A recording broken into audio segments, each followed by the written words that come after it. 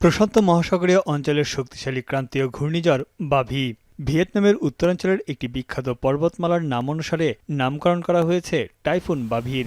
গেল ৩ মাসের মধ্যে প্রশান্ত মহাসাগরে দ্বিতীয় শক্তিশালী টাইফুন এটি, যা মূলত গেল ৫ জুলাই যুক্তরাষ্ট্রের নর্দার্ন মারিয়ানা দ্বীপপুঞ্জ এবং গুয়াম অতিক্রম করে। তখন এর গতিবেগ ছিল ঘন্টায় ২৯০ কিলোমিটার। শক্তিশালী ক্রান্তীয় এই টাইফুনের প্রশস্ততম অংশে ১০০০ কিলোমিটার পর্যন্ত বিস্তৃত।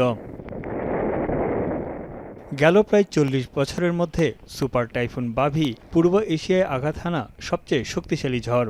আবহাওয়াবিদদের মতে, বিশাল আকারের কারণে ঝড়ের কেন্দ্র থেকে অনেক দূরের এলাকাতেও ভারী বৃষ্টিপাত ও তীব্র বাতাস বয়ে যেতে পারে।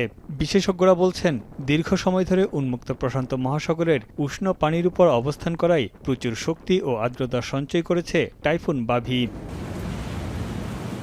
সুপার টাইফুন বাভি উপকূলের দিকে ধেয়ে আসার সঙ্গে সঙ্গে প্রাণঘাতী হয়ে উঠছে। পূর্ব এশিয়ার ৩ দেশ চীন, জাপান, তাইওয়ানের বিভিন্ন অংশে প্রবল বৃষ্টি, প্রচণ্ড বাতাস ও আকস্মিক বন্যার আশঙ্কা তৈরি করেছে। শুধু তাই নয়, আশপাশের বেশ কয়েকটি দেশ ও অঞ্চলে তাণ্ডব চালিয়ে যাবে টাইফুন বাভি। বিজ্ঞানীদের মতে, জলবায়ু পরিবর্তনের কারণে চীন, জাপান ও তাইওয়ান ক্রমেই শক্তিশালী দুর্যোগের ঝুঁকিতে পড়ছে।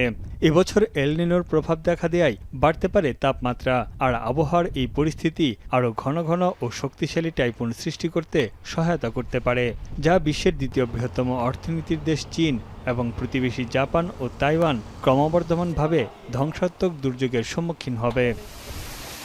ভিটামিন ই ও সি সিরাম ৮টি প্রাকৃতিক অয়েল সমৃদ্ধ লিলি সিরাম অয়েল, যা চুল পড়া কমায় মাত্র ৩০ দিনে।